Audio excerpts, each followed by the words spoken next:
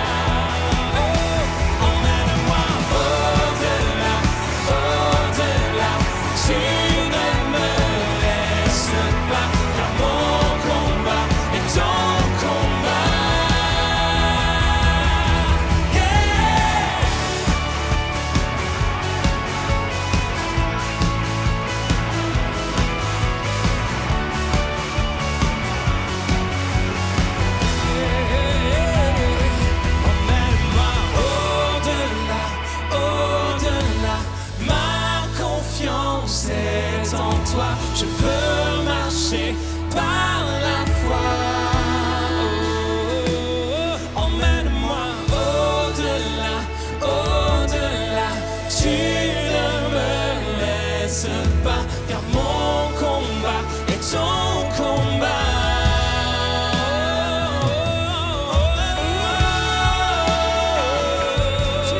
Tu marches avec moi.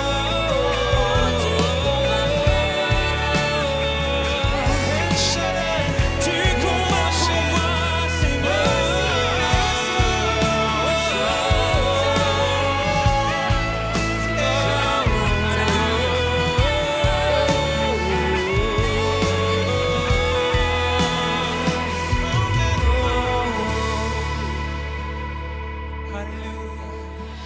Oh merci Seigneur, parce que tu es là, parce que tu combats pour nous.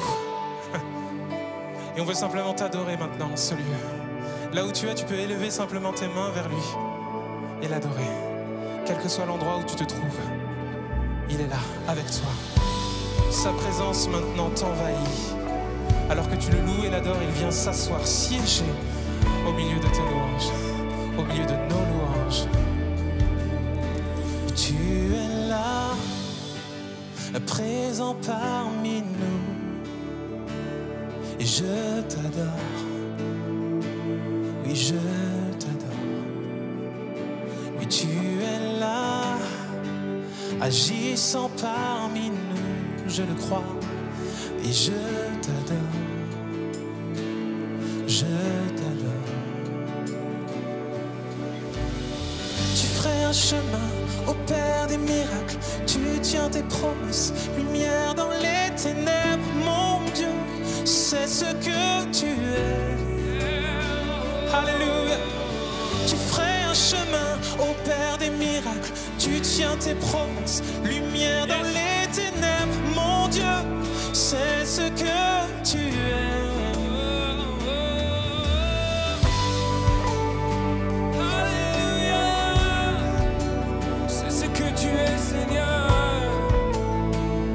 Déclare avec moi, Seigneur, tu es là. Tu es là pour toucher nos vies. Et je t'adore, oh je t'adore. Tu es là pour guérir nos cœurs. Et je t'adore, oh je t'adore. Transformant nos vies. Et je t'adore, oh je t'adore. Oh, tu es là, restaurant nos cœurs. Et je t'adore, oui je t'adore. Tu fais un chemin au Père des miracles, tu tiens tes promesses, lumière dans les ténèbres, mon Dieu, c'est ce que tu es. Tu ferais un chemin au Père des miracles, tu tiens tes promesses, lumière dans les ténèbres, mon Dieu, c'est ce que tu es. C'est ce que tu es. C'est ce que tu es. C'est ce que tu es.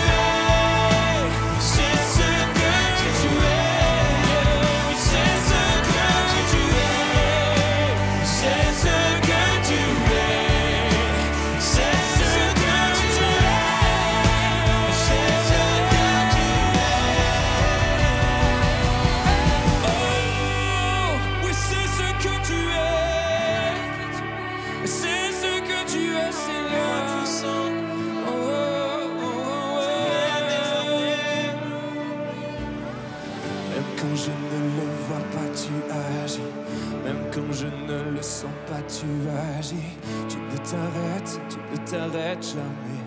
Tu ne t'arrêtes jamais. Même quand je ne le vois pas, tu agis. Même quand je ne le sens pas, tu agis. Tu ne t'arrêtes, déclare-le. Tu ne t'arrêtes jamais. Même quand je ne le vois pas, tu agis. Même quand je ne le sens pas, tu agis. Tu ne t'arrêtes jamais. Tu ne t'arrêtes jamais. Même quand je ne le vois pas, tu agis. Même quand je ne le sens pas, tu agis.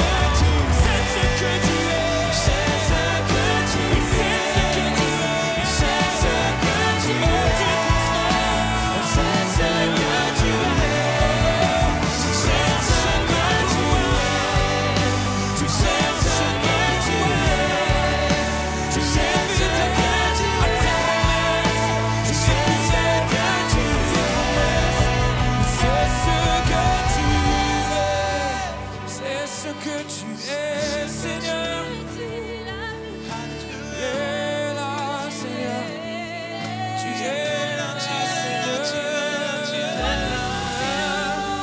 Tu ferais un chemin, Seigneur. Tu ferais un chemin pour moi. Jésus, adore ton Dieu. Oh, dis-lui merci pour qui il est. Alléluia.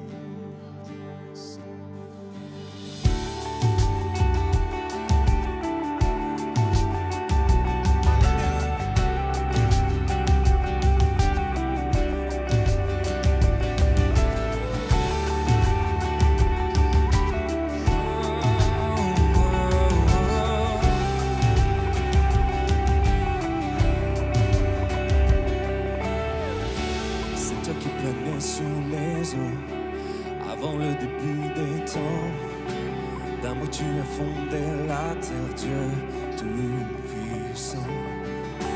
Du néant tu construis la vie, tu sépares la nuit du jour. Quand ta voix déchire les ténèbres, que ta lumière brille au milieu de nos ténèbres, que ta lumière brille sur la terre comme dans le ciel. Lorsque ta voix retentit, toute obscurité s'enfuit, que ta lumière brille. Oh. Je n'étais qu'une masse informe dans le ventre de ma mère. L'ombre de ton esprit, Seigneur, m'a recouvert. J'étais prisonnier de mes fautes, aveuglé par mon péché. Quand ta voix transperce la nuit, que ta lumière brille au milieu de nos ténèbres, que ta lumière brille sur la terre comme dans le ciel. Lorsque ta voix retentit, toute obscurité s'enfuit, que ta lumière brille.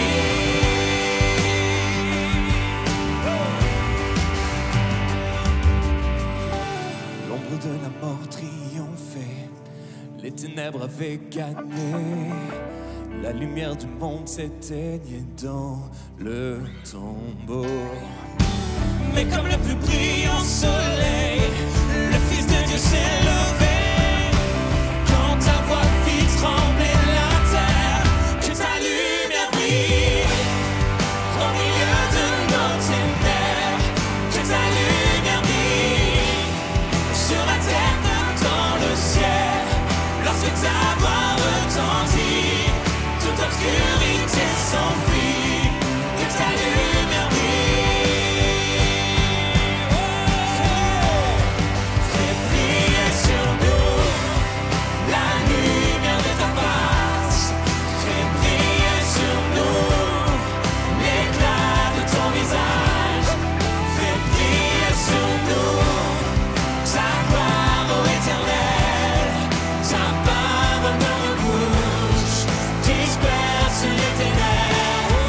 Fais briller sur nous la lumière de ta face, fais briller sur nous l'éclat de ton visage, fais briller sur nous ta gloire, ô Éternel, ta parole dans nos bouches disperse les ténèbres, et que ta lumière brille. Alléluia. Que ta lumière brille. Viens briller, Seigneur. Que ta lumière brille, Seigneur. Oh, oh. Viens nous éblouir de ta présence. Oh, que la lumière brille, Seigneur. Que ta lumière brille. Tu es ma lumière.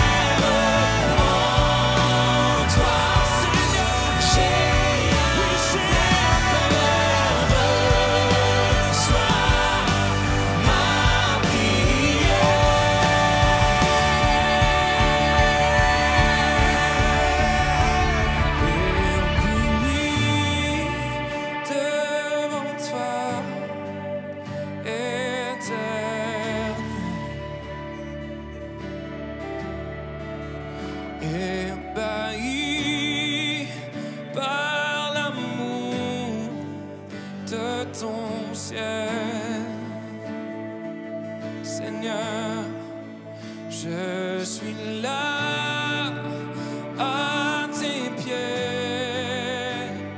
Je viens t'adorer. Je désire habiter près de toi, auprès de toi, Seigneur. Alléluia.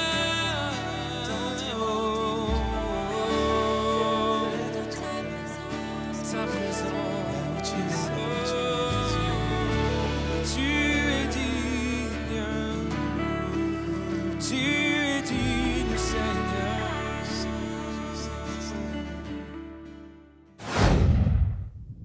Waouh, j'espère que vous avez aimé ce temps de louange, d'adoration. C'est vraiment une grâce que nous avons de pouvoir nous approcher du roi des rois, de pouvoir être là, de pouvoir être dans sa présence, de pouvoir le toucher. Lorsque je parle de ça justement, de pouvoir toucher Dieu, la semaine passée avec le pasteur Yvan Carluère, nous avons apporté un message où on voit, c'est dans un récit où il y a vraiment deux histoires qui s'entremêlent. Yes. L'histoire de Jairus et l'histoire de la femme à la perte de sang. Et nous avons vu la première partie ensemble, nous avons vu combien Jairus, malgré les pressions qu'il pouvait avoir autour de lui, a réussi à se frayer un chemin et à se jeter aux pieds de Jésus. Et puis, il a réussi à embarquer Jésus quelque part, où Jésus l'a embarqué dans son histoire. Et alors qu'ils allaient à la maison de Jairus, où il y a sa petite fille qui est là, qui est sur le point de mourir, elle est rendue au bout du bout. Il y a une femme à la perte de sang qui a arrêté Jésus, qui l'a arrêté, qui a arrêté Jairus dans son élan. Et pour être guéri, pour connecté avec lui. Et aujourd'hui, nous allons reprendre cette histoire, nous allons reprendre ces deux histoires finalement qui sont très similaires et qui sont tressées l'une à l'autre. Alors, la semaine passée, on a commencé avec Jairus, on a fini avec la femme à la perte de sang. Là, je laisse... On va commencer par la femme à la perte de sang cette fois-ci. C'est ça. Alors c'est le bon moment de l'histoire. Ensemble, on va le trouver. Elle a été très courageuse, cette femme. Elle a osé briser les règles qu'elle s'était fixées dans sa tête. Elle a osé sortir du cadre que les hommes, que les êtres humains, que les médecins lui imposaient. Et elle a dit, tant pis, si ma religion me restreint, je suis prêt à tout pour toucher Jésus. Et là, aujourd'hui, on se retrouve dans ce magnifique passage où ce n'est plus toi qui va devoir transgresser, mais c'est est-ce que Dieu lui-même est capable de changer ses plans parce qu'il a une place pour toi. Et c'est ce que l'on va voir. Alors sans plus tarder, on lit aussitôt. Aussitôt, Jésus eut conscience qu'une force était sortie de lui.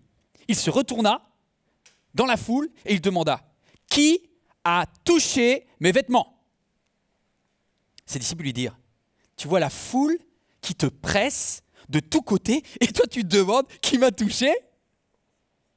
Mais lui, Jésus, continuait à parcourir la foule du regard pour voir celle qui avait fait cela. Alors, saisie de crainte et toute tremblante, la femme, sachant ce qui lui était arrivé, s'avança et se jeta aux pieds de Jésus et lui dit toute la vérité. Et Jésus lui dit, « Ma fille, parce que tu as eu foi en moi, tu es guérie. Va en paix et sois guérie de ton mal. » Waouh! Le premier point que je voudrais voir avec vous, c'est que oui, Dieu est capable de changer ses propres règles. Dieu est capable de changer ses règles. Parce que on entend le mot aussitôt, Jésus eut conscience qu'une force était sortie de lui. Il y a quelque chose que Jésus n'avait pas anticipé, qui n'était pas prévu, qui n'était pas au programme et qui va se passer. Et cela, c'est juste génial parce que c'est une irruption spontanée et Jésus s'adapte. Regardez, la règle a changé parce que dans la loi de Dieu, la Torah, la loi que Dieu a donnée à Moïse, il y a un principe extrêmement important. C'est que toute personne impure, toute personne qui est en situation de péché, toute personne qui touche quelqu'un de bien portant le contamine. Donc vous comprenez que tout l'Ancien Testament est basé sur une terrible nouvelle. Le salaire du péché, c'est la mort. L'Ancien Testament, c'est ça. C'est de dire, s'il y a quelqu'un qui pêche, il contamine tout ce qu'il y a autour. Si tu as un truc tordu, ça tord l'ensemble. Et normalement, au moment où cette femme touche Jésus, elle est censée le rendre impur, elle est censée le contaminer. Mais la règle de l'Ancien Testament a changé. Et c'est là où je peux dire, nous vivons sous une nouvelle alliance. Parce qu'à ce moment-là, au lieu de recevoir une contamination, c'est une force de vie qui vient dans le cœur, dans le corps de cette femme. C'est génial. L'Ancien Testament, c'est le contaminant va te contaminer. Le Nouveau Testament, c'est le contaminant sera purifié par toi lorsque tu as la vie de Jésus en toi. C'est extraordinaire. Et juste au verset 31, c'est très cliché de mon attitude, de ton attitude. Nous, tous les êtres humains, les hommes, on a nos programmes, on a nos plannings. Imaginez qu'on se retrouve dans une situation, regardez, on se trouve dans une situation d'une réunion, d'une louange, un dimanche. Vous savez, à l'époque, on pouvait être dans ces lieux où il y avait beaucoup de monde, où c'était tout simple. Et là, on est tous en train de chanter « À Dieu soit la gloire, merveilleux, extraordinaire Seigneur ». Et à ce moment-là, Jésus se pointe. Il arrive et il dit « Il y a ici, dans cette salle, quelqu'un qui m'a loué. » Tu as tous les autres qui se disent « Bah oui, ça fait 45 minutes qu'on est en train de louer. » Et non, Jésus dit « Non. Vous faites du bruit, mais j'entends quelqu'un qui loue. » Il y a une touche supplémentaire, il y a une force supplémentaire. Lorsque dans une foule, Jésus est capable... Oh, c'est peut-être toi devant ton écran maintenant. Il y a des centaines de personnes, mais Dieu regarde une personne. Est-ce que tu crois que Jésus était capable de discerner cette femme au milieu d'une très grande foule? À combien plus forte raison le Saint-Esprit qui te voit en cet instant est capable de faire de toi un cas spécifique de qui ils vont prendre soin au milieu de la grande foule des personnes qui regardent cette vidéo en cet instant. Alors laisse-moi te dire quelques mots de la part de Dieu.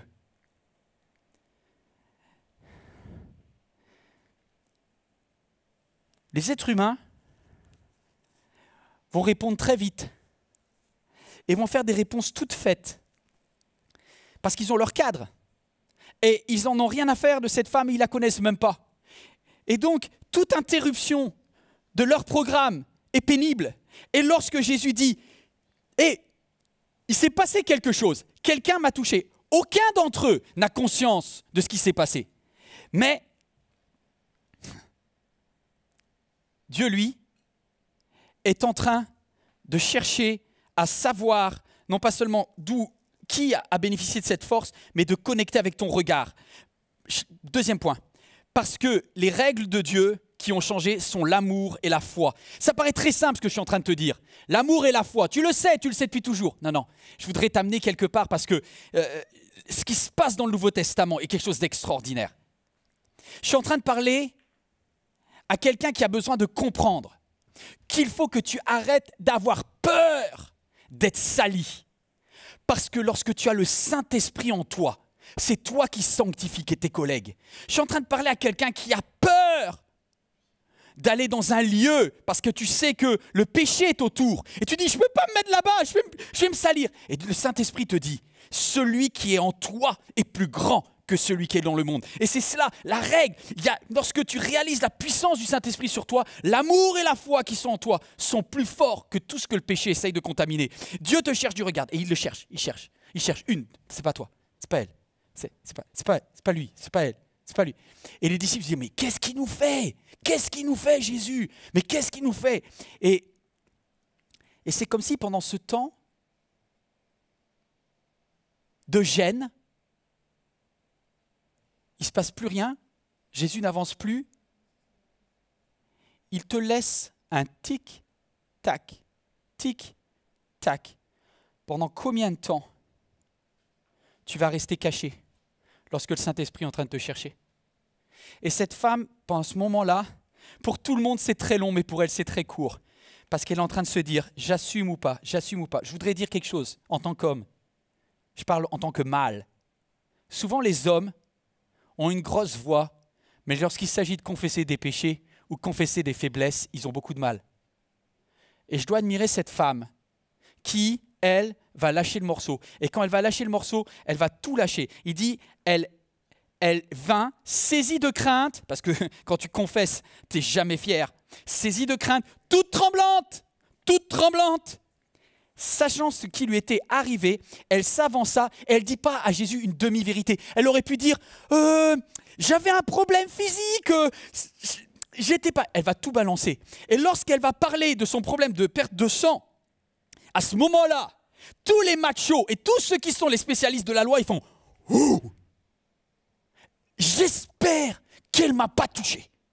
J'espère qu'elle ne m'a pas filé la poisse. » Et à ce moment-là, cette confession, elle est bouleversante parce qu'elle n'en a rien à faire de comment ses copines vont la juger. Elle n'en a rien à faire de comment les rabbis vont la juger. Elle n'en a rien à faire de comment les responsables de la chorale vont la juger. Elle n'en a rien à faire de comment sa famille la jugée. Ce qui l'intéresse, c'est qu'est-ce que Jésus veut me dire.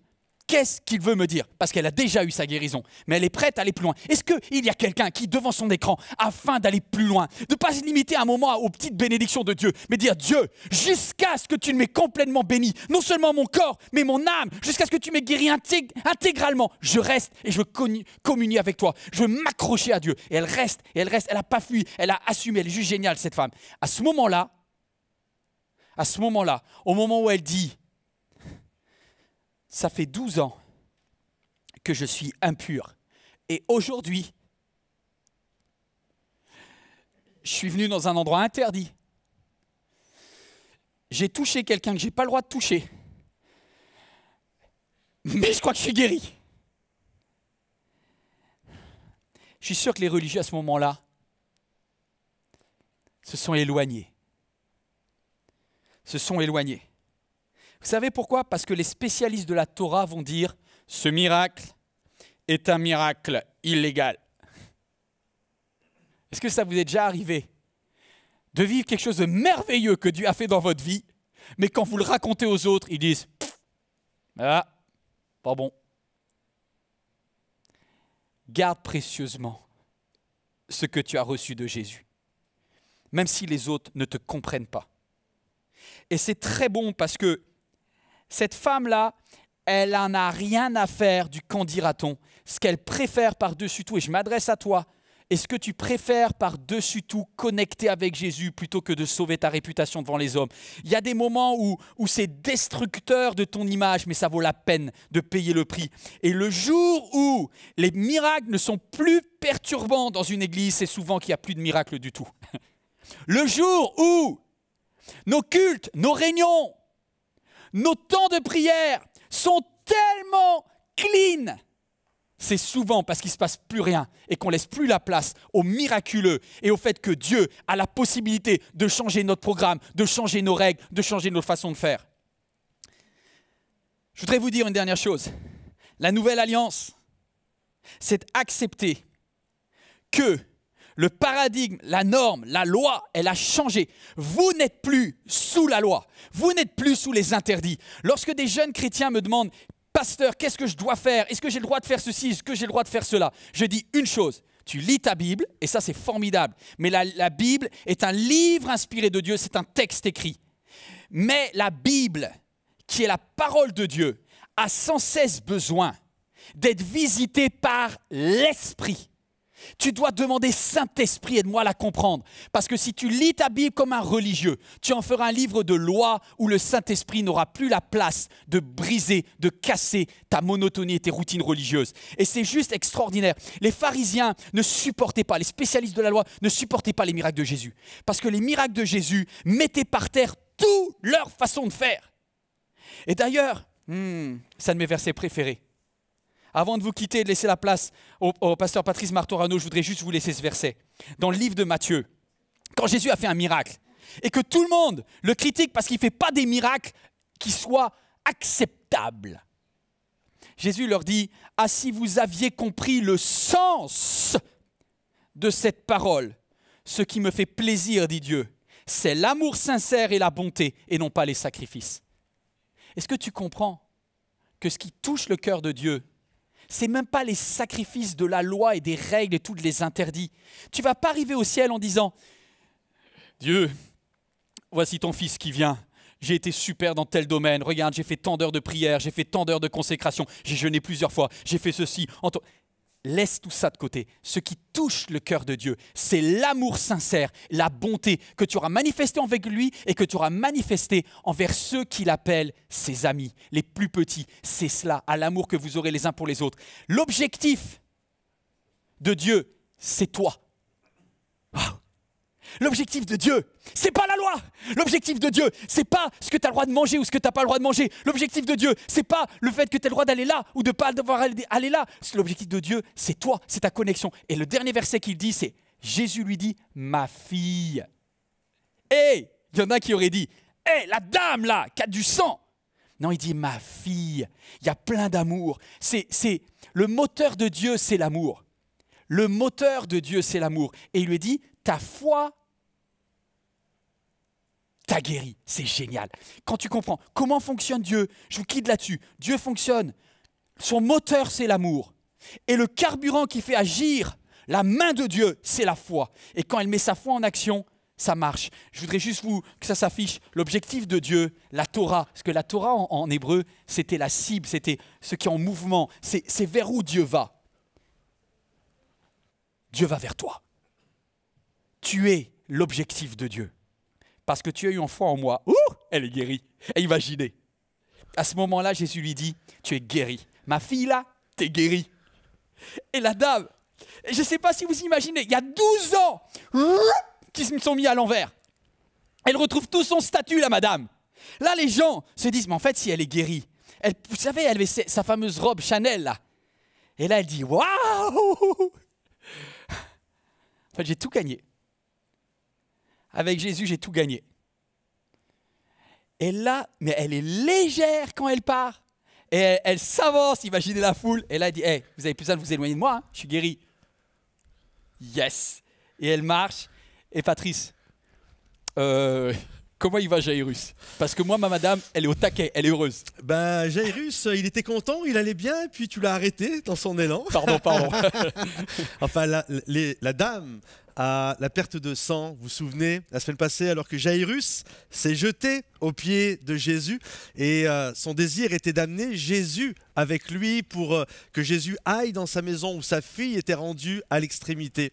Et cette femme qui nous a été une histoire tellement belle et magnifique, bien racontée par le pasteur Yvan, tout ce qu'elle a pu vivre et la grâce qu'elle a pu vivre, et a arrêté Jésus alors qu'il était en mouvement justement vers cette petite fille. Et j'imagine Jairus, à ce moment-là, lorsqu'il capte tout ce qui vient d'être apporté par le pasteur Yvan, qu'elle est guérie.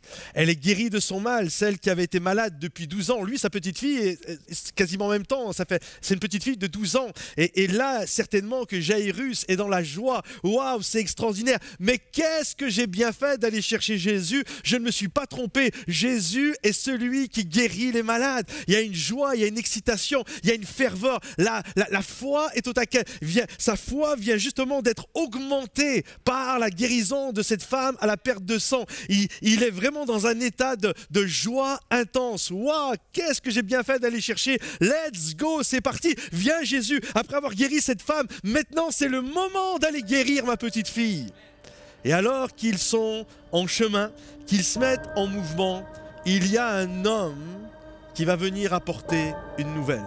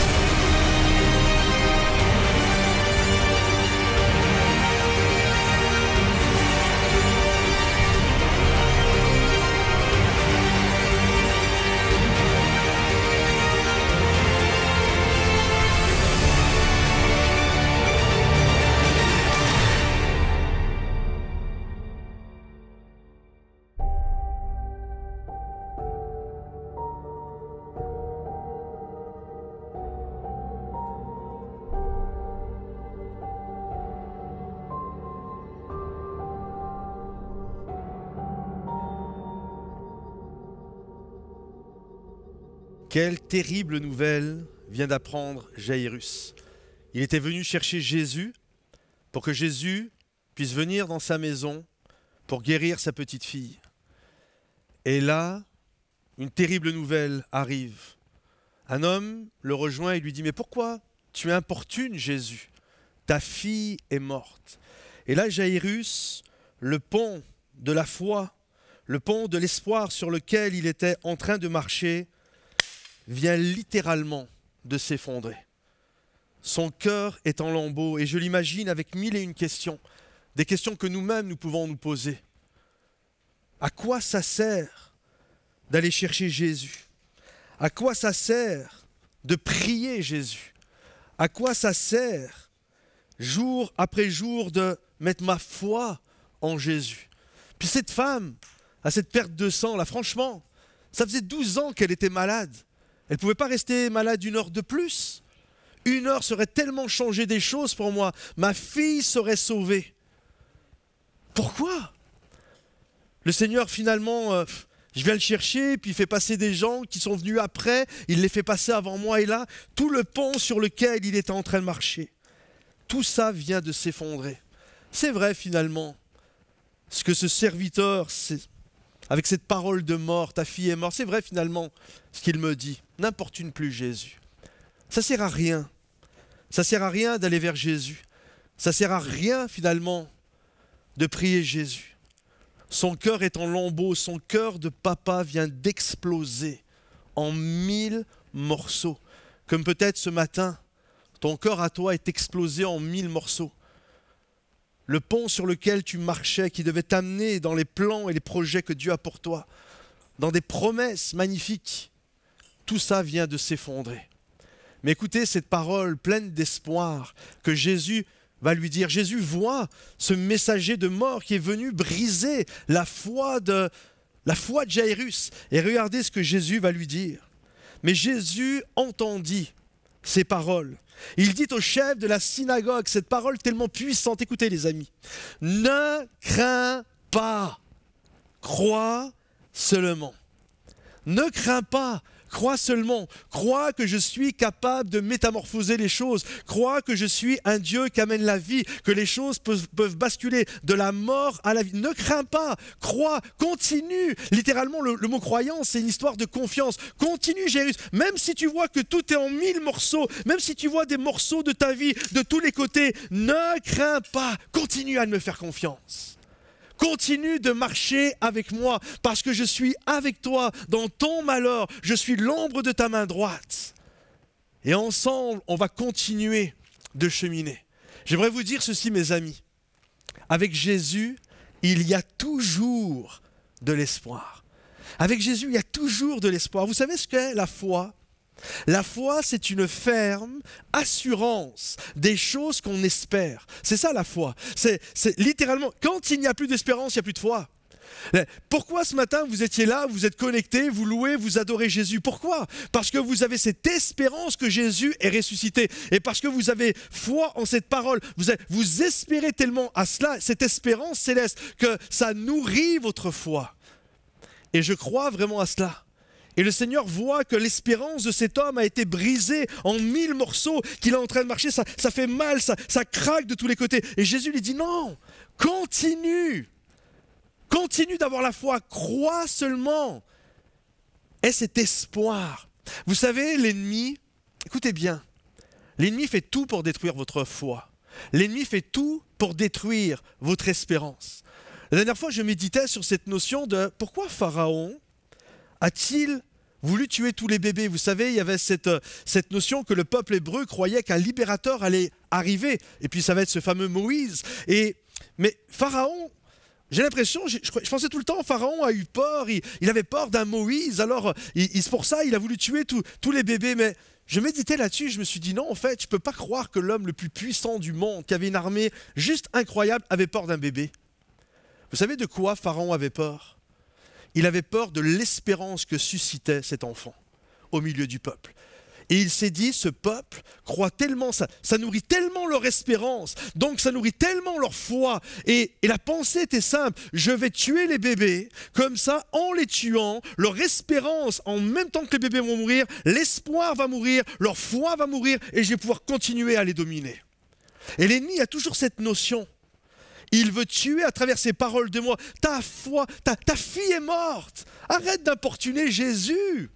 Franchement, pourquoi tu fatigues Jésus? Ça ne sert à rien. Jésus, c'est trop tard pour toi. Pour les autres, ça fonctionne, mais pas pour toi. Et cette parole, elle est donnée vraiment de manière terrible. Elle est donnée en plus dans le creux de... Alors que c'est communiqué, Jairus était tellement heureux. Juste avant, il voit la guérison de cette femme à la perte de sang, il est heureux. Et là, il y a un ascenseur émotionnel, il est terrible. Ta fille est morte. Et là, Jairus, il est en 1000 morceaux, comme ces bouts de verre, c'est terminé. Et le Seigneur vient lui parler.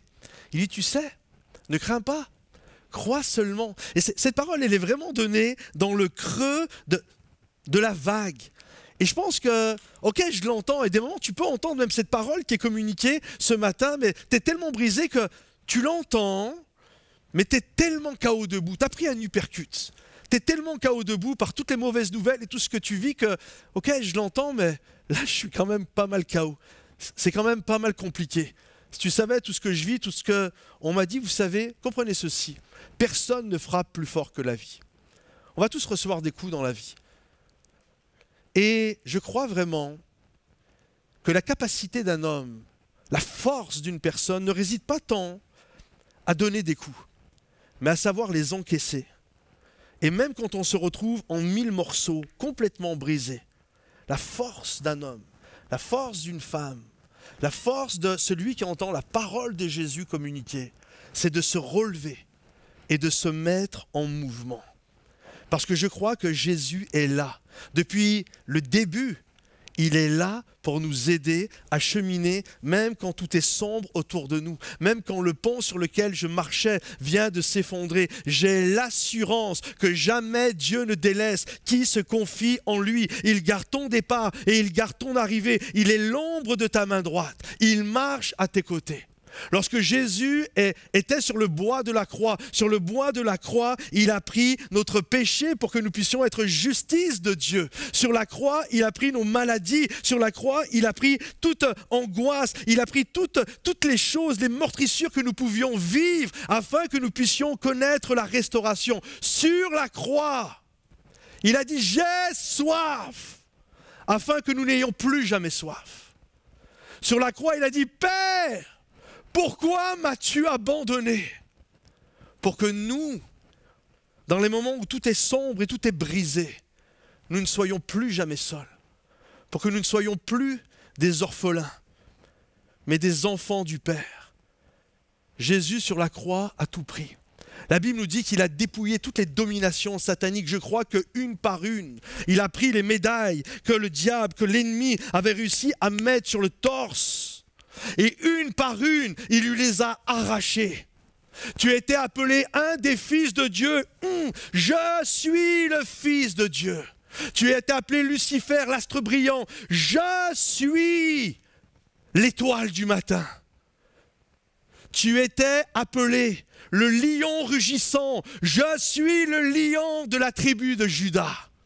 Tu étais appelé et tu es celui qui est venu égorger, détruire, faire perdre la foi, briser les âmes. Je suis celui qui est venu donner sa vie afin que les âmes aient la vie eux-mêmes en abondance. Il y a cette notion, même si tout vient de se briser, même si dans ta vie aujourd'hui, tout vient de se briser, quand bien même tu marches sur tous ces petits bouts qui te rappellent sans cesse que c'est cassé et que c'est brisé, j'aimerais te dire, Jésus ne t'abandonne pas.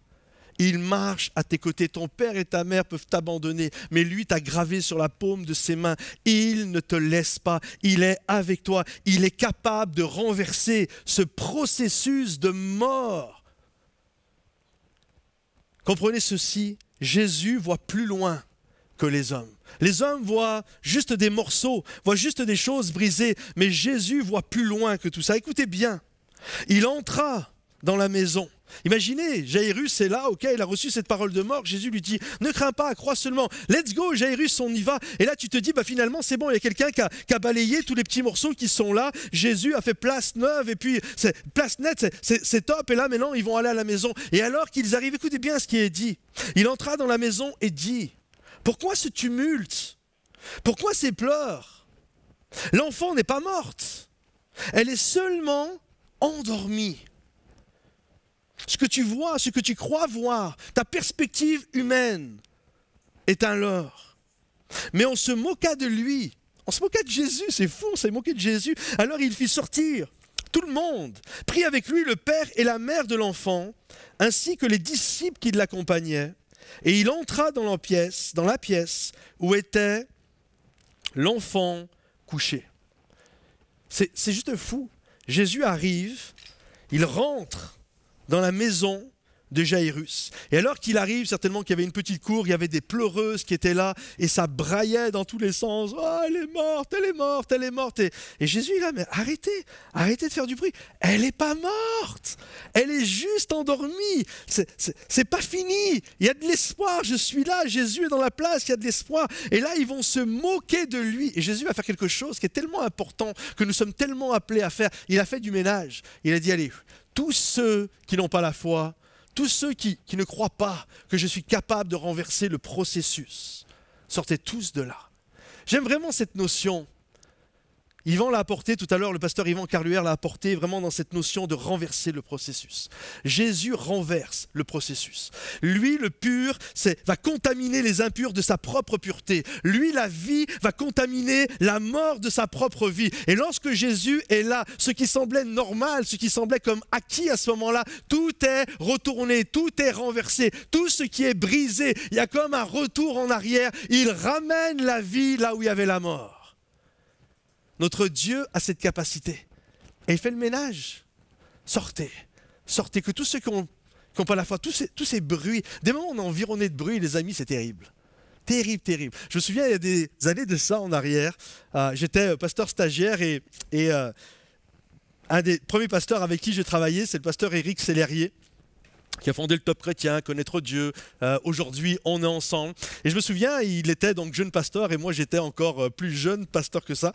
Et on était là et on priait. Et puis, au-dessus de l'église, on avait besoin de bureaux, on avait besoin pour l'école du dimanche, on avait besoin de plusieurs choses. Et là, l'église, ça faisait un petit bout, on priait pour que le propriétaire puisse nous louer ces 2 étages. Et là, alors qu'on priait, on reçoit une réponse. Le propriétaire dit à Eric, écoute, c'est pas possible, je ne peux pas vous le louer. Et là, Eric descend, puis c'est le début de la réunion de prière, et je me souviens, il monte sur l'estrade comme là, et il nous regarde, il dit, écoutez les amis, on prie pour ça, et là je viens d'avoir le propriétaire, et le propriétaire vient de me dire qu'il ne peut pas nous le louer. Alors vous savez ce que l'on va faire, et puis nous on était tous assis comme ça, on l'écoutait, il dit voilà ce qu'on va faire. En fait, maintenant, on va faire mieux qu'avant, on va prier pour que non seulement il va nous le louer, mais pour qu'il puisse nous le louer gratuitement. Et là, quand il a dit ça, peut-être vous riez derrière votre écran, mais quand il a dit ça, on était plein dans l'église, on s'est mis à rire. On pensait que c'était une blague. Déjà, il ne veut pas nous le louer alors qu'on était prêt à payer, mais là, on prie pour qu'il nous le loue gratuit. Et là, on se met à rire. Et moi, je suis au premier rang, je ris. Et là, il nous regarde tous, mais super sérieux. Hein. Il nous regarde, il dit, écoutez les amis, je suis très sérieux. Alors que tous ceux qui n'ont pas la foi, vous n'avez rien à faire dans la réunion de prière. Vous sortez, s'il vous plaît. Et là, t'es là, ok. Puis là, on s'est regardé, ok, c'est sérieux l'histoire. Et je me souviens, cette soirée de prière, on a élevé nos âmes, on a élevé nos voix. Il n'y avait plus de pleureuses là. C'était juste des hommes et des femmes qui avaient la foi. On a élevé nos cœurs en disant, Seigneur, on croit que tu es capable de t'occuper de cette situation. Et là, on a prié, Seigneur, que le propriétaire nous les passe gratuitement. Le lendemain, le propriétaire dit à Eric, écoute, je vais te parler. Et il dit voilà, j'ai le premier et le deuxième étage, ils sont un peu défraîchis, alors voici ce que je te propose Eric, je suis prêt à te faire un bail de 3 ans gratuit, il faut juste que tu rafraîchisses les murs, mais il n'y avait vraiment rien de grave, il n'y avait pas des grosses œuvres, hein. Tu rafraîchis juste les murs et je te fais un bail de 3 ans gratuit. Et là, je me souviens l'église, en plus on avait prié pour ça, hein, mais même en ayant prié pour ça, je ne sais pas si des moments Dieu vous surprend, vous émerveille, et tu pries pour quelque chose, mais quand Dieu répond, tu es même surpris de ça. Hein. Et je me souviens, on était là le dimanche matin, waouh, on n'en revenait pas. Mais c'est ça notre Dieu. Je crois que lorsque nous lui faisons confiance, lorsque nous faisons sortir toutes ces pleureuses de nos têtes, tout ce qui nous empêche d'écouter la voix de Dieu qui dit « Celui qui croit, tout est possible à celui qui croit. Ne crains pas, crois seulement. Ne sois pas attaché à ce que tes yeux voient, à tous ces petits bouts de verre qu'il y a autour de toi et qui veulent saper ta foi. Crois seulement et tu verras la gloire de Dieu. Crois, je te dis, et tu verras parce que rien n'est impossible à notre Dieu. » J'aimerais qu'on puisse prendre un instant et écouter ce chant avec Dan. Vraiment qui nous invite à réaliser que lorsque tout s'effondre autour de moi, lorsqu'il y a tous ces petits bris de verre autour de moi qui me rappellent que mon rêve est brisé en 1000 morceaux, le Seigneur est celui qui vient et qui veut reconstruire ce qui a été brisé. Il veut renouveler, restaurer, encourager, augmenter ta croyance, ta foi, ta confiance en lui. Parce que quand bien même les hommes déclarent que c'est terminé, tant que Dieu n'a pas dit c'est terminé, ce n'est pas terminé. C'est notre Dieu qui a toujours le dernier mot. Alors écoutons ce chant et on se retrouve juste après.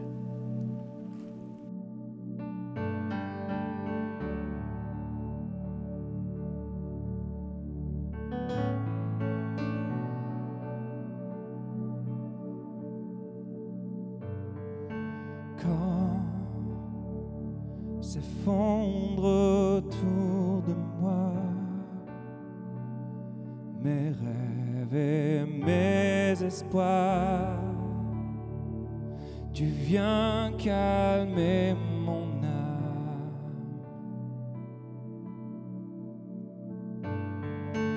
Quand l'échec a pris la place, je trouve en toi la grâce de m'appuyer sur toi.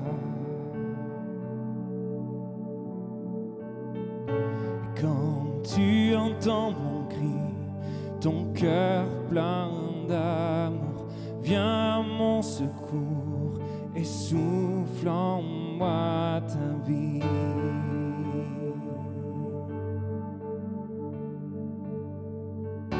Bien plus haut que les cieux, plus profond que les océans, ton amour est plus grand, ta grâce est infinie, ta bonté reconstruit ma vie, ton amour est plus grand.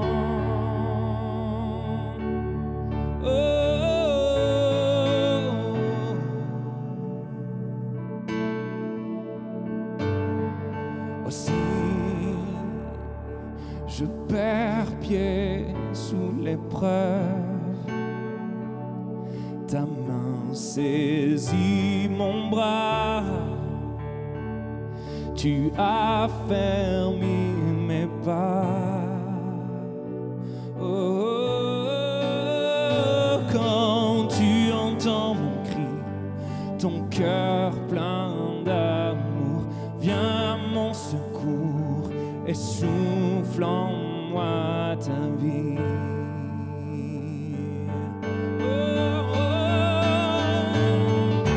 Bien plus haut que les cieux, plus profond que les océans, ton amour est plus grand, ta grâce est infinie, ta bonté reconstruit ma vie, ton amour est plus grand, bien plus haut que les cieux, plus profond que les océans, ton amour est plus grand, ta grâce est infinie, ta bonté reconstruit ma vie, ton amour est plus grand.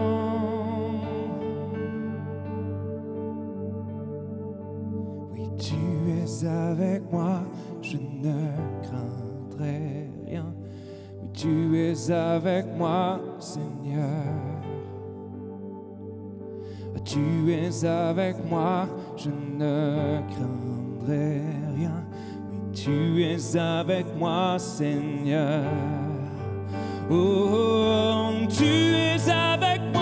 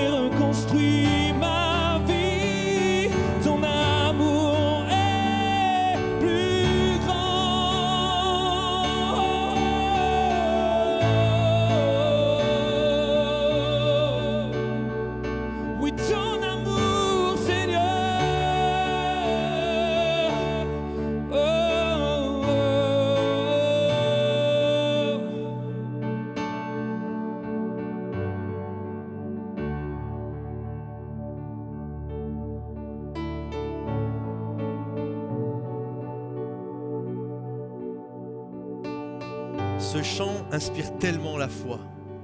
Il nous est dit, il souffle en nous sa vie, sa bonté reconstruit notre vie. Alors que tout était là pour nous faire perdre pied, sa bonté est là. Il change nos ténèbres en lumière. Il renverse le processus.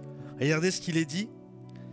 Il, donc Jésus, lui prit la main de la petite fille, de cette fillette de 12 ans, en disant « Talitha Koumi », ce qui signifie « Jeune fille, lève-toi, je te l'ordonne ».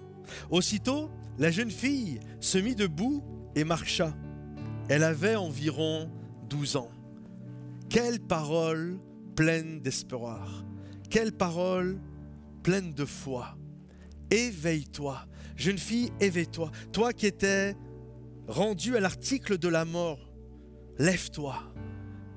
Il y en a plusieurs ce matin, vous m'écoutez, et vous avez perdu le goût de la vie.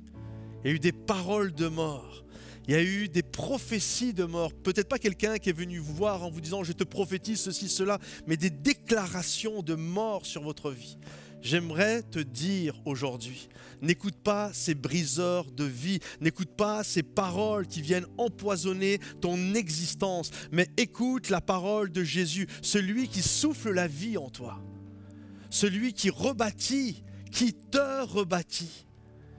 Qu'aujourd'hui, dans le nom de Jésus, toutes ces paroles de mort puissent être brisées. Lève-toi de là où tu es, reprends le chemin de la vie. Tu es allongé, symboliquement, tu n'avances plus. Lève-toi, éveille-toi à la vie, lève-toi et marche. La Bible nous dit, elle se leva, elle marcha, elle a même été mangée. Elle a repris le goût de la vie. C'est tellement mon cœur pour toi, c'est tellement le cœur du pasteur Yvan lorsqu'il prêchait sur ces deux messages. C'est notre désir, c'est notre cœur, que tu puisses t'approcher de Jésus, quelles que soient les circonstances, quels que soient les carcans, les boîtes et ce que les gens peuvent te dire. Approche-toi et écoute-le te dire, ma fille, ta foi t'a sauvée. Écoute-le te dire, éveille-toi. Lève-toi et marche. Lève-toi de la situation dans laquelle tu es. Je crois que notre Dieu, sur la croix, a cloué littéralement ton acte de condamnation qui disait « ta fille est morte », qui disait « tu es nul », qui disait « tu ne vaux rien », tu es condamné toute ta vie à être un mauvais gars, à être une mauvaise fille. On ne voit rien de bon en toi. Ah, sur les autres, oui, mais toi, pourquoi tu importunes le Maître? Que toutes ces paroles de mort puissent être balayées aujourd'hui. Et crois en cela. Notre Dieu est capable de faire un retour. Même si toi, tu crois que c'est mort, il est capable de faire un retour et de te ramener dans une position, non pas là où il y a la mort, mais là où règne la vie et sa grâce.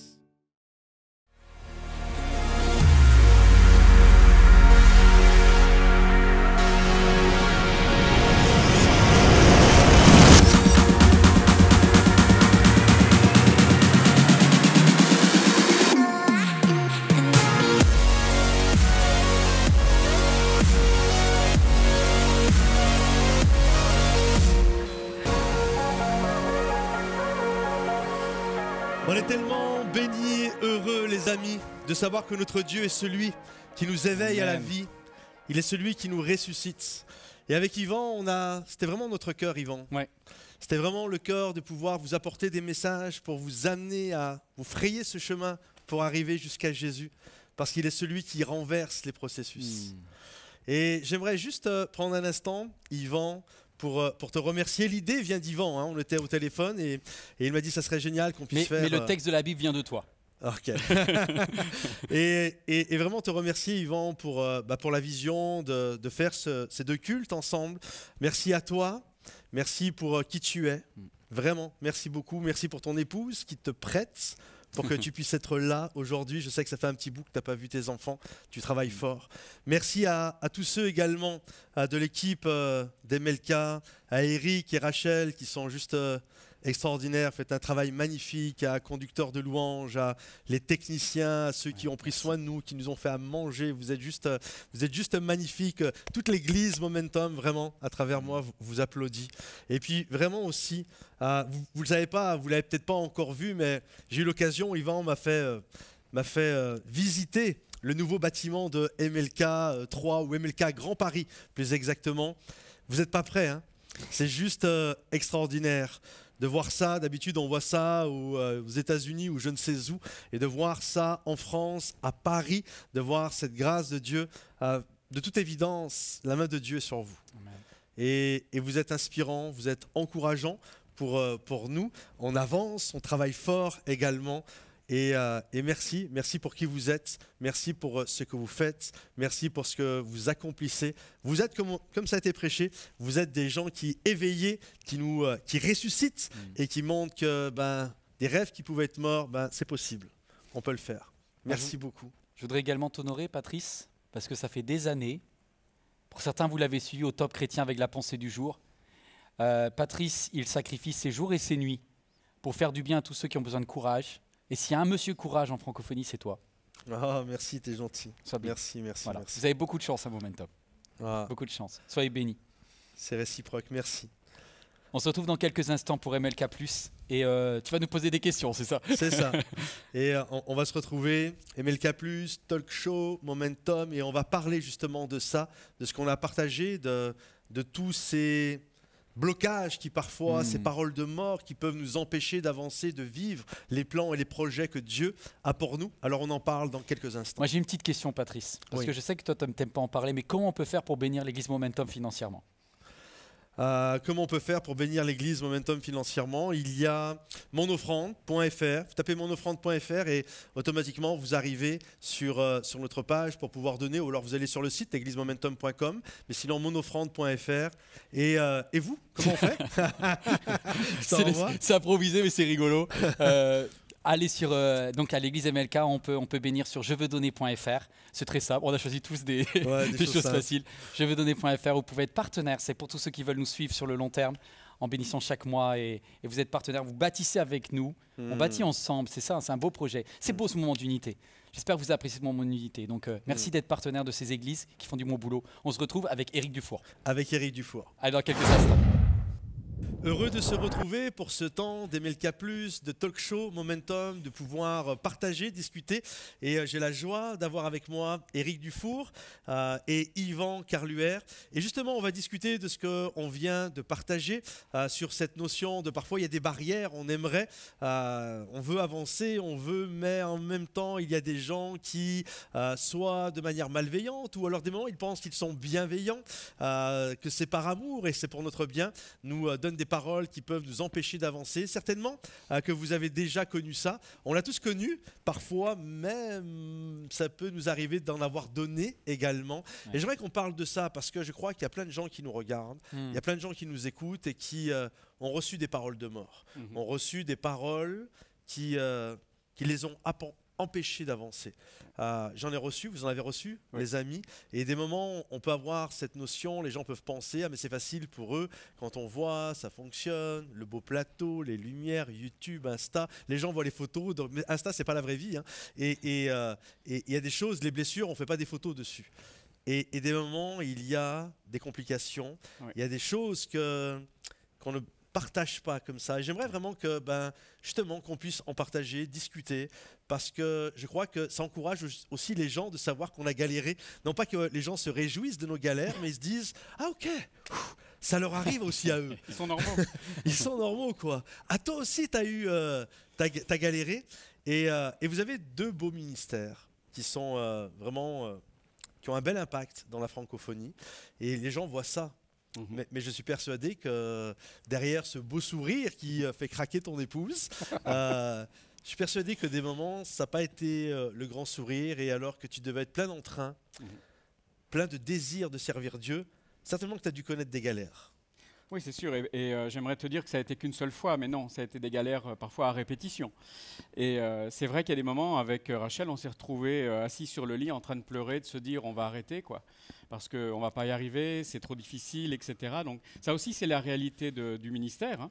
Et je me souviens... Parce qu'il y en a qui tiraient. Et... il y en a, oui. ils ont un pistolet, c'est un coup, il y en a, c'est la mitraillette. C'est la mitraillette, C'est à ouais, c'est ça. répétition. Mais c'est vrai que je me souviens très, très clairement, ce que l'on fait, c'est assez particulier. Hein. On prend soin de ceux qui prennent soin des autres et on veut faire en sorte que ceux qui sont pasteurs, dirigeants d'organisations chrétiennes, missionnaires, d'églises, etc., mais ils aillent bien et que s'ils vont bien, ceux qui le servent iront bien aussi. Et c'est vrai quand le Seigneur a mis ça sur notre cœur, ça nous semblait à nous une évidence parce qu'on avait vu le besoin, on avait été là nous-mêmes, on avait eu besoin, on n'avait pas trouvé forcément d'aide. Et c'est vrai que quand j'ai commencé à partager la vision, d'abord un petit cercle autour de nous, et les gens disaient ah ouais, pourquoi pas, mais bon, est-ce que tu es sûr quand même, c'est un peu bizarre, ça n'existe pas. Et puis c'est allé un peu en crescendo jusqu'à un moment où un responsable spirituel m'a regardé droit dans les yeux, m'a dit Eric, il n'y a aucun besoin pour ton ministère. En gros, va mourir, quoi. Ça sert à rien ce que tu veux faire. T'es un chômeur. Ouais, c'est terrible d'entendre ça. Et c'est vrai qu'à ce moment-là, tu te dis bon, est-ce que c'est moi qui ai rêvé ou bien est-ce que... Mais c'était pas la première fois que ça nous arrivait au moment où on avait reçu ça. Et quand on a été pour des années auparavant, on avait reçu ce désir de cet appel pour partir dans un pays communiste. Et on nous avait dit non, mais ça sert à rien de partir là-bas parce que tu peux rien faire. Donc en gros, ça peut pas venir de Dieu ce que tu as reçu. Puis on avait vu que quand Dieu est dans l'histoire, même si la porte semble impossible à ouvrir, c'est lui qui l'ouvre et il marche devant nous. Et c'est vrai qu'on a vu de l'opposition agressive parfois, puis aussi des amis qui nous aiment et qui nous disaient mais pourquoi tu vas te perdre là-bas, ça va Il est en servir train de à rien, balancer là. Il est en train de balancer là. Parce que toi aussi, Je suis en train de culpabiliser, il me noie là, il me noie. Mais c'est ça, hein, c'est que des moments on en reçoit, mais faut être honnête, des moments, alors qu'on veut bien faire, mais on peut en donner. Hein. Bah, surtout quand on aime quelqu'un. Et quand on regardait celui qui est venu dire à Jairus, ta fille est morte, arrête d'importuner, c'est quelqu'un qui aime bien Jairus. Et en fait, il veut lui éviter le choc du bout. Il veut lui faire gagner du temps, souffre tout de suite, et comme ça tu souffriras pas plus tard. Et moi je sais que quand il m'a dit qu'il allait au Laos, j'ai essayé de le faire souffrir tout de suite pour qu'il évite de souffrir au Laos, tu vois. Ça veut dire arrête, rêve pas, etc. Et puis pareil, les USA, j'ai eu beaucoup de mal aussi. Oui. Je te demande un peu pardon. Voilà, mais j'ai voulu bien faire, tu vois. Mais c'est vrai que des moments, des gens par amour, hein, mais peuvent donner des paroles comme ça. Moi, je me souviens, lorsque je suis parti pour l'école biblique, j'avais pas d'argent, c'était vraiment j'y allais sur une parole de foi avec mon épouse. Et là, il y avait un ancien de l'église, il me dit Patrick, je veux te parler. Et il m'amène dans une petite salle derrière. Et là, moi, dans ma tête, tu sais, t'es jeune, t'as pas beaucoup d'argent. Tu te dis, waouh, il va me bénir. Je vais avoir un don. Il va me faire un chèque, tu vois. Et il va nous prendre à corps, il va nous aider. Et là, je suis plein d'entrain. Hein. Et là, je le regarde et m'attendant à recevoir quelque chose de lui. Et là, il me regarde, mais vraiment dépité. Mais qu'est-ce que tu vas faire là-bas? Pourquoi tu pars à l'école biblique dans un autre continent? Ça va pas? Et je me souviens, puis je l'ai regardé, c'était ok, c'est pas grave, je suis parti. Mais c'est vrai, et je sais qu'il l'a fait par amour. Il n'y avait pas de méchanceté. Des moments, ça peut être méchant, mais des moments, c'est des gens qui nous aiment et qui se disent, mais non, tu te mets dans... nos parents peuvent le faire. Oui, des moments, hein, alors qu'ils nous aiment, mais pourquoi tu fais ça? Et l'enfant veut vivre ses rêves. Ça peut nous arriver, ça. Et parfois, ils ont quand même raison. Et parfois, ils ont raison. Parfois, c'est ça qui est compliqué. Ouais, parfois, faut écouter. Tout ça. Parfois, il faut écouter. C'est pas évident. En tout cas, je crois que moi, quand on travaillait le message, parce que c'était génial de travailler le message avec toi, on regardait dans la Bible Shuraki toutes les traductions, et puis les pleureux, ça se dit les alala en hébreu. Les alala. Ça doit venir de là. Alala, fais pas ça. Et je pense qu'on a un choix. Chaque homme et chaque femme là, qui regarde ce message a un choix. Soit tu fais partie du groupe des alala, ou soit tu fais le groupe de ceux qui vont dire ça soit dur ou pas, on va y aller ensemble, on va travailler, on va bosser et par la foi. Tu fais soit le groupe de la foi, soit le groupe des alala. Et j'avoue que quand même c'est plus sécure les alala.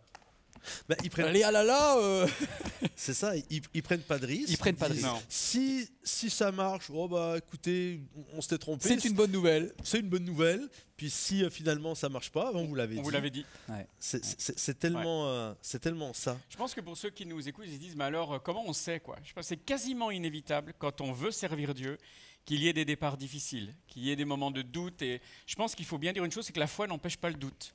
Et toi, Patrice, je suis sûr que Yvan aussi, on a tous eu des moments où on s'est demandé, mais qu'est-ce qu'on est en train de faire quoi? Des fois, entre la foi et la folie, la limite est vraiment, vraiment fine, quoi. Elle est vraiment mince. Elle est vraiment mince. Et à ce moment-là, il faut savoir, est-ce que je suis sûr que ce que j'ai reçu, ça venait vraiment de Dieu, quoi? Est-ce que je suis sûr que ça venait de lui? Et après, il faut y aller, quoi. Je te rassure, ça venait de Dieu ce que le Seigneur t'a donné. Merci. Tu as un beau ministère avec ton épouse Rachel. Merci. Avec mon épouse, on a eu l'occasion de passer une semaine avec vous. On a tellement été bénis, encouragés. C'est tellement précieux ce que vous faites. C'est vraiment précieux. Et même si des moments, des gens ne doivent pas comprendre, mais la réalité, c'est précieux. C'est vraiment, vraiment, vraiment encourageant. C'est vraiment précieux. Et continue d'avancer tout le temps. Merci. Tout le temps, tout le temps.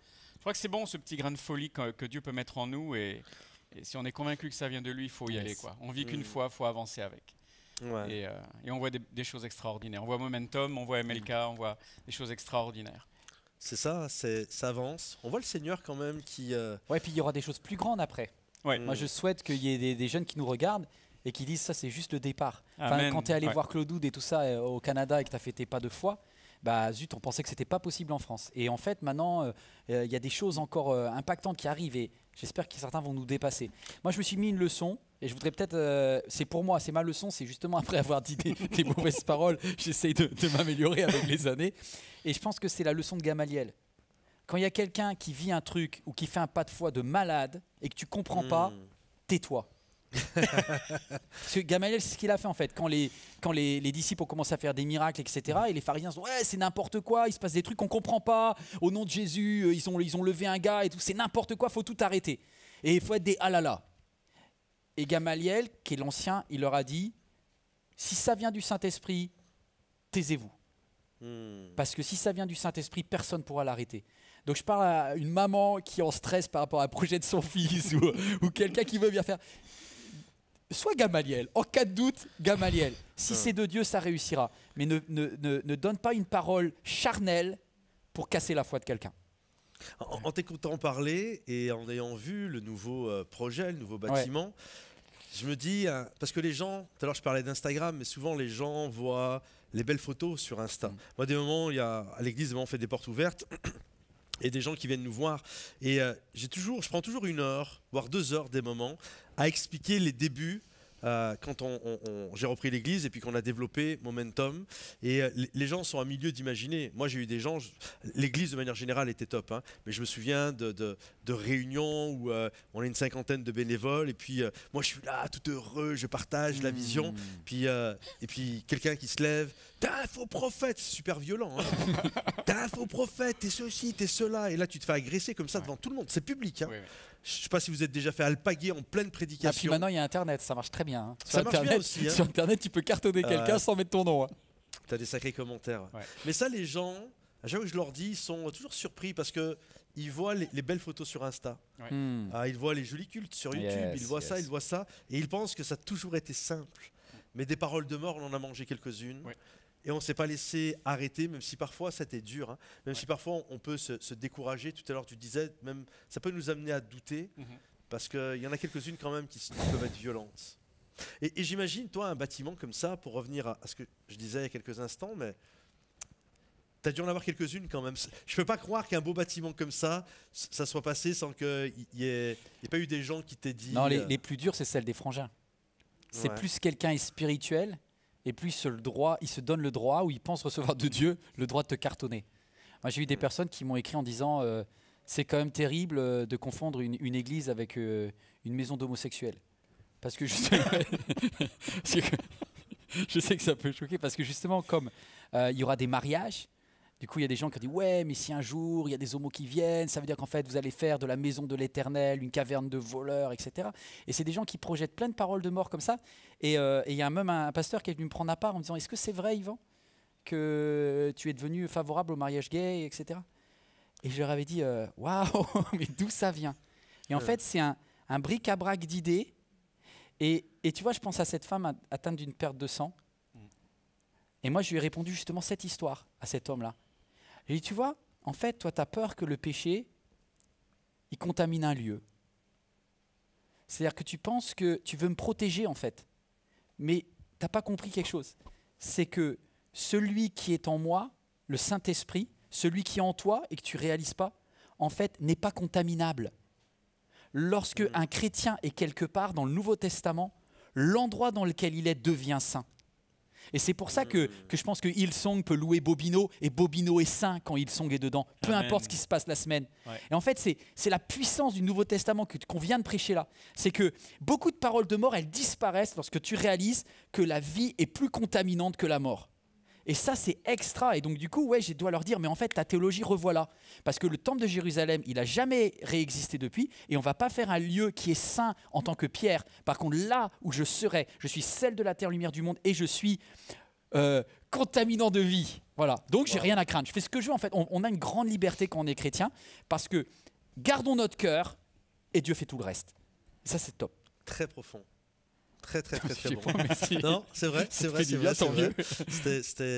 La pensée est excellente. La pensée est excellente. Si tu as un conseil à donner, Eric, à justement des gens peut-être qui ont été brisés par des paroles comme ça. Alors je sais que je te prends direct, mais s'il y a des gens qui ont été brisés par des paroles de mort, ça peut aller de petites filles, de petits garçons, t'es nul, t'es un bon à rien, à peut-être une épouse qui est en lambeaux parce que son mari a passé X temps à la rabaisser, ou un homme d'ailleurs, que sa femme rabaisserait, etc.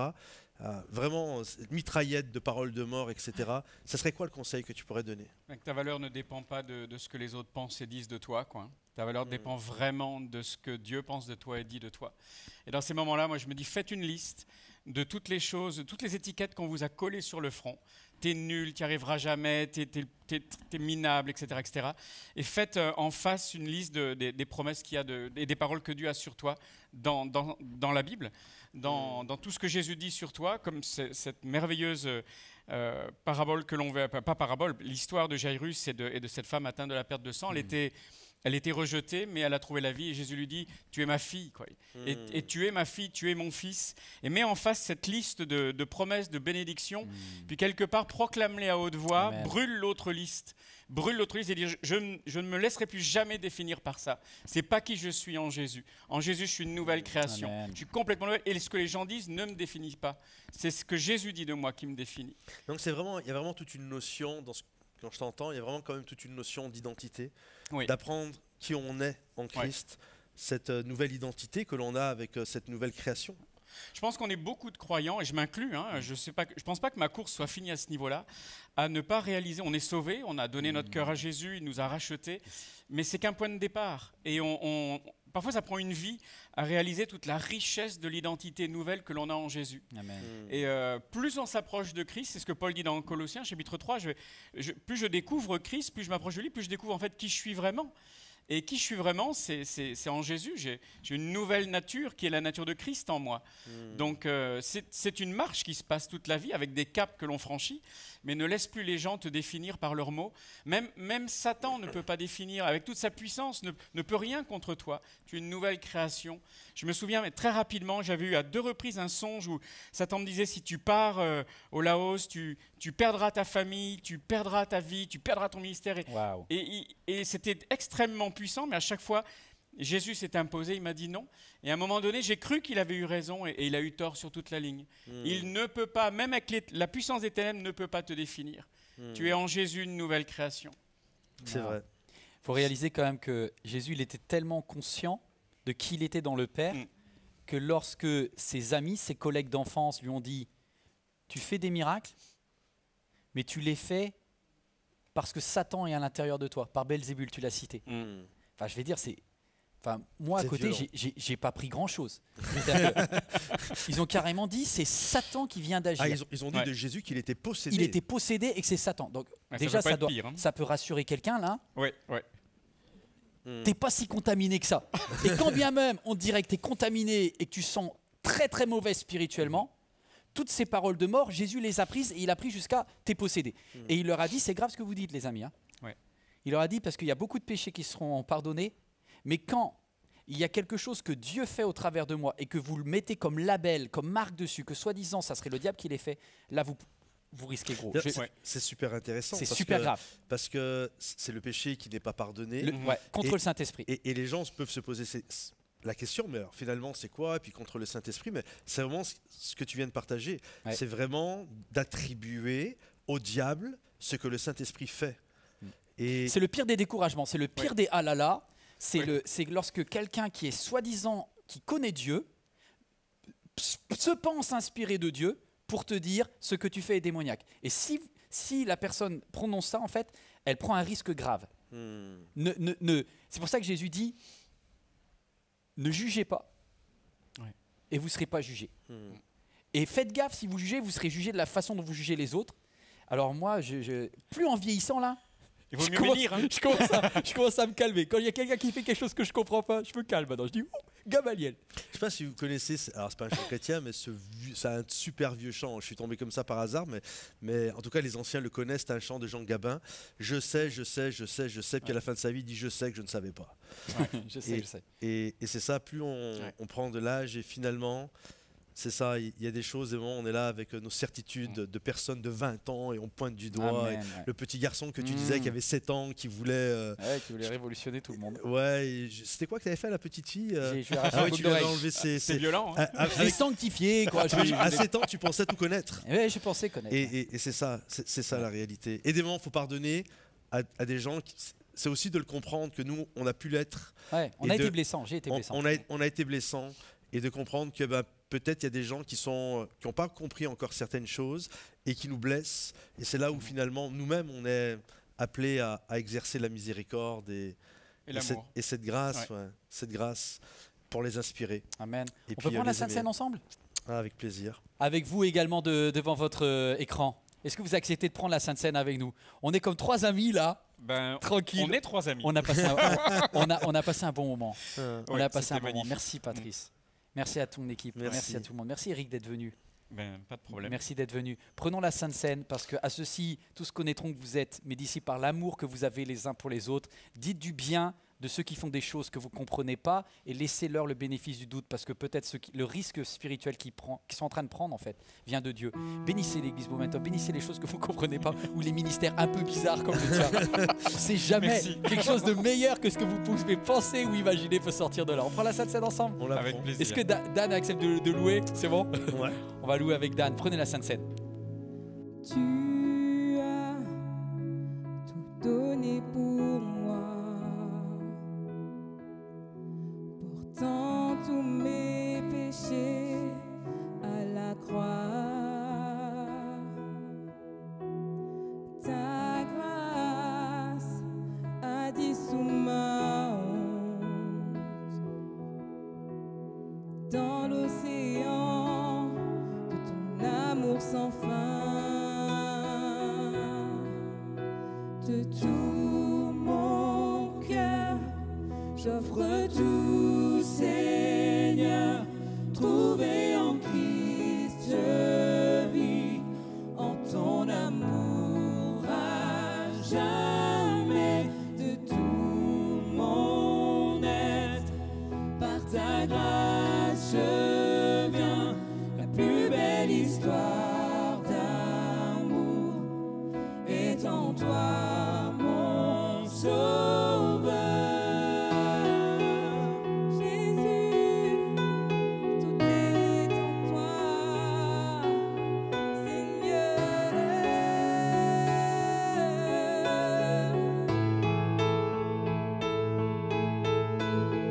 Ta grâce rugit, tel un vent violent. Ton amour a terrassé la mort. De tout mon cœur, j'offre tout, Seigneur. Trouvé en Christ, je vis en ton amour à jamais.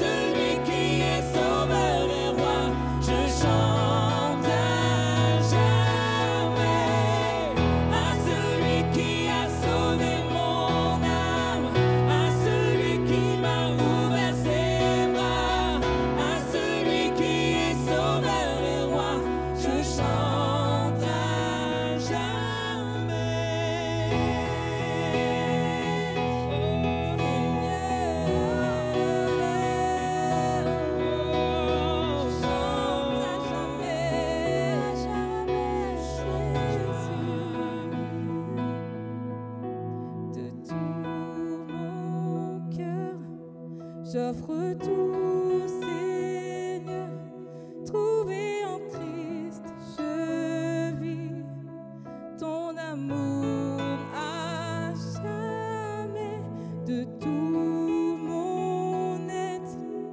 Par ta grâce, je viens, la plus belle histoire d'amour est en toi, mon sauveur.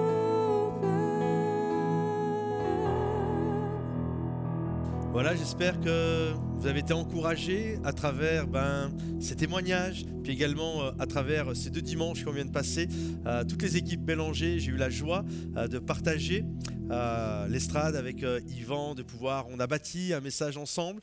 Nos équipes de louange ont bâti le service de louange ensemble. Wow. Derrière les caméras, il y a des gens de Melka, il y a des gens de Momentum. En haut, à la régie, pareil. Enfin, on a vraiment travaillé ensemble pour faire ces 2 cultes et c'était vraiment une grâce, une bénédiction. Et j'espère que vous avez apprécié, comme nous, on a apprécié. J'espère que vous avez été bénis comme nous avons été bénis.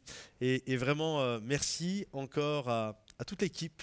Merci à toi, merci à ton épouse, merci à toute l'église de manière générale. N'hésitez pas à mettre merci ou à partager la vidéo. Hein. Oui, vous avez aimé, vous êtes sur l'église Momentum, hop, vous partagez, vous mettez un ami qui peut avoir besoin d'une parole de Dieu dans un de ses messages. Partagez-le. Merci en tout cas. Merci à toi. Il y a encore un chant et voilà. Que Dieu vous bénisse les amis. Merci. On vous aime fort. Soyez bénis, soyez encouragés. Il faut qu'on refasse ça bientôt. Yes. Salut tout le monde. Bye bye. Je vivrai pour la gloire d'un seul nom, Jésus. À jamais, ma victoire porte un nom, Jésus. Oh, oh, oh. Je vivrai pour la gloire d'un seul nom, Jésus. À jamais,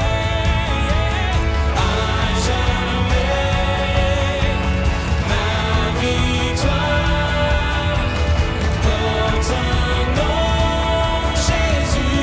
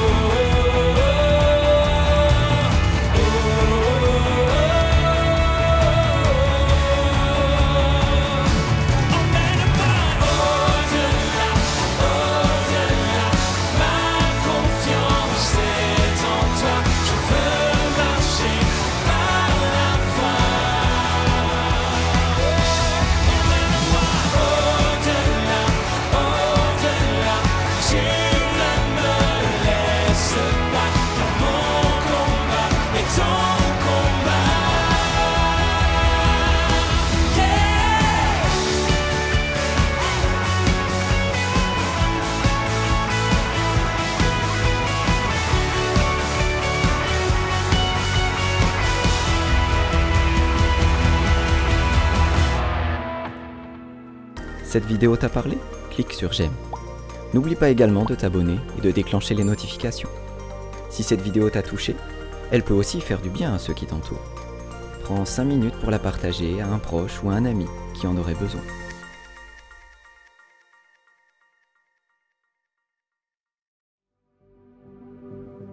Cher ami, depuis le mois de mars, l'église MLK a mobilisé tous ses moyens humains, techniques et financiers pour vous offrir chez vous des messages et des émissions de qualité. Car chaque jour, nos équipiers, qu'ils soient bénévoles ou salariés, donnent le meilleur d'eux-mêmes pour refléter l'amour de Jésus. La mission que Dieu a confiée à l'église MLK consiste à communiquer son amour à vos enfants, à vos ados, à vos amis, à vos proches, à tous ceux qui décrochent de nos églises plus traditionnelles.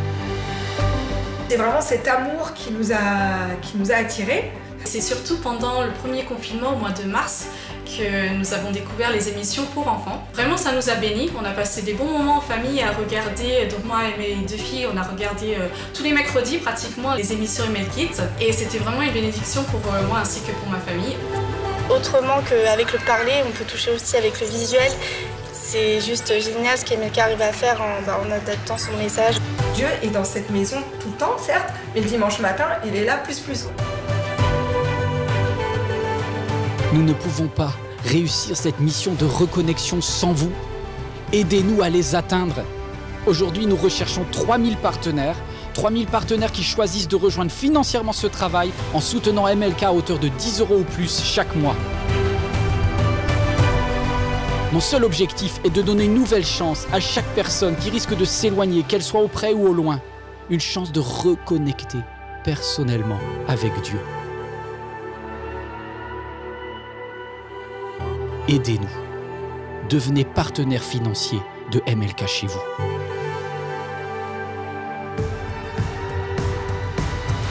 La production MLK a besoin de fonds. Voilà, je me dis pourquoi pas semer, parce qu'on a été bénis. Devenir partenaire pour moi, c'est faire ma part pour que ça bénisse d'autres personnes qui, à un moment donné, auraient peut-être aussi besoin de ce message, de ces messages, à tout moment. Ça me paraît naturel d'aider cette église à continuer à diffuser le message et à étendre le royaume de Dieu.